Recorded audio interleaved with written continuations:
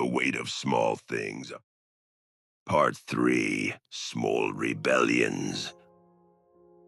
The woman at the DMV had the dead eyes of someone who'd processed 10,000 driver's licenses and still had 40 years until retirement. I need to see 2 forms of proof of residency, she said, without looking up. Marcus slid his utility bill and bank statement across the counter. She glanced at them. These need to be dated within the last 60 days. They are. The utility bill is from 3 weeks ago. This one is from the 5th of last month.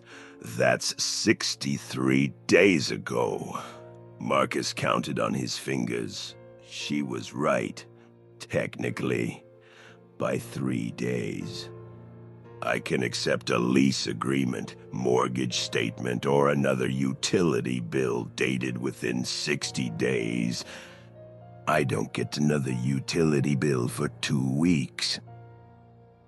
Then you'll need to come back.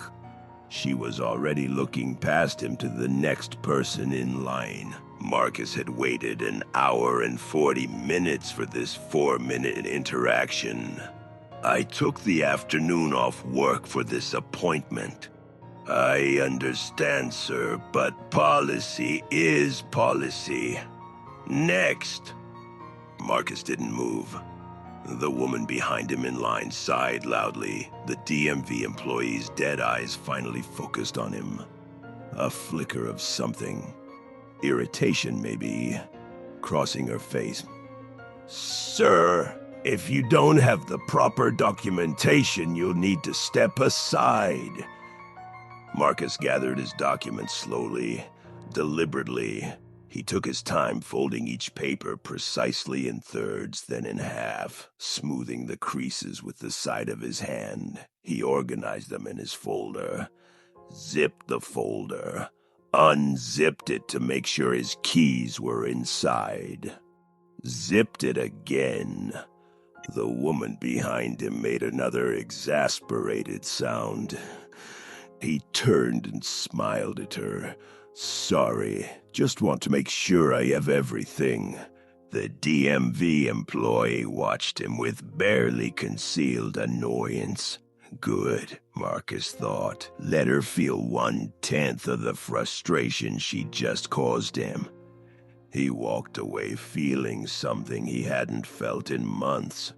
Satisfaction. The feeling stayed with him that night when his internet went out. Again. And he had to call the cable company. Again. He approached it differently. I'm going to need to schedule a technician visit, the representative said after the standard 20 minutes of troubleshooting steps Marcus had already tried. What times do you have available? We have an opening next Wednesday between 8 a.m. and noon. I work during those hours. We also have Friday between 1 and 5 p.m. I'll work then too. Those are the available windows, sir. Marcus smiled into the phone.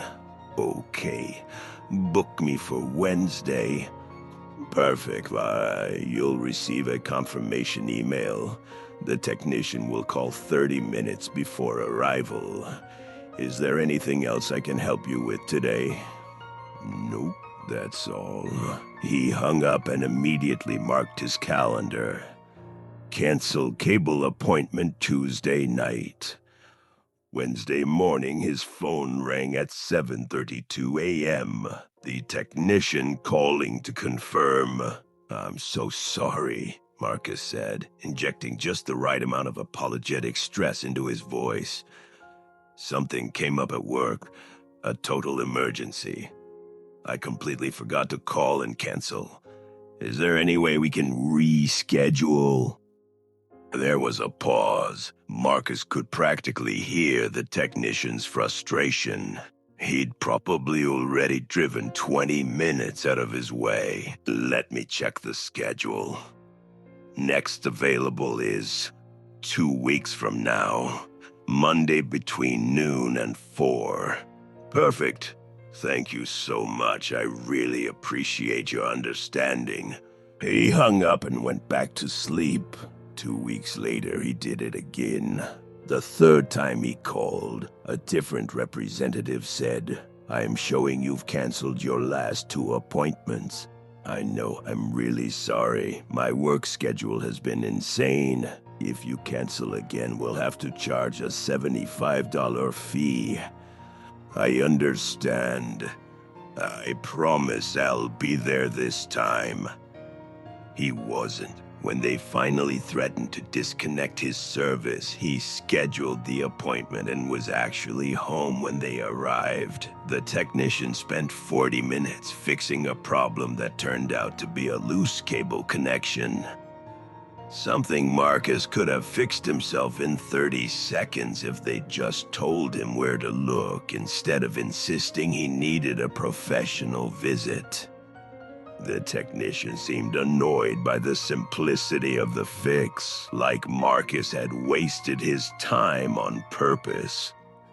Marcus tipped him $5 and felt absolutely nothing. At work, Brad had started avoiding him, which suited Marcus fine, but Brad's replacement in the aggressively friendly department was a new hire named Stephanie who joined the company 2 weeks ago and seemed to believe that enthusiasm was a personality trait. "Marcus, hey, I heard you're working on an app." He was at the coffee machine. Again. Always the coffee machine, where people felt entitled to interrupt. "Yeah. That's so cool. What's it about?" "It's complicated. I love apps. Have you thought about monetization strategies? My boyfriend's cousin did a startup, and he said the real money is in..." Stephanie. He turned to face her. "I've been working on this for 2 years. I've thought about monetization." Her smile faltered. "Oh, I was just trying to help." "I know, but I didn't ask for help." He walked away, leaving her standing there with her half-poured coffee. The old Marcus would have felt guilty. This Marcus felt lighter. The parking ticket from 3 weeks ago remained unpaid on his desk. The due date had passed. Late fees had been added. Marcus received a letter informing him that failure to pay within 10 days would result in additional penalties and potential license suspension. He read the letter carefully, noting every threat, every consequence, every bureaucratic muscle flex. Then he opened his laptop and navigated to the city's parking violations website. The site had a feedback form. "Tell us about your experience." Marcus began typing. He wrote 3,000 words about his experience. He detailed every step of the process, every contradiction in the signage, every Kafkaesque loop of the appeal system. He quoted their own parking regulations back to them, highlighting the sections that contradicted other sections. He wrote with the precision of someone who'd spent months drowning in administrative quicksand and had finally learned to weaponize procedural language. He submitted the form, then he submitted it again and again. He wrote variations, different tones.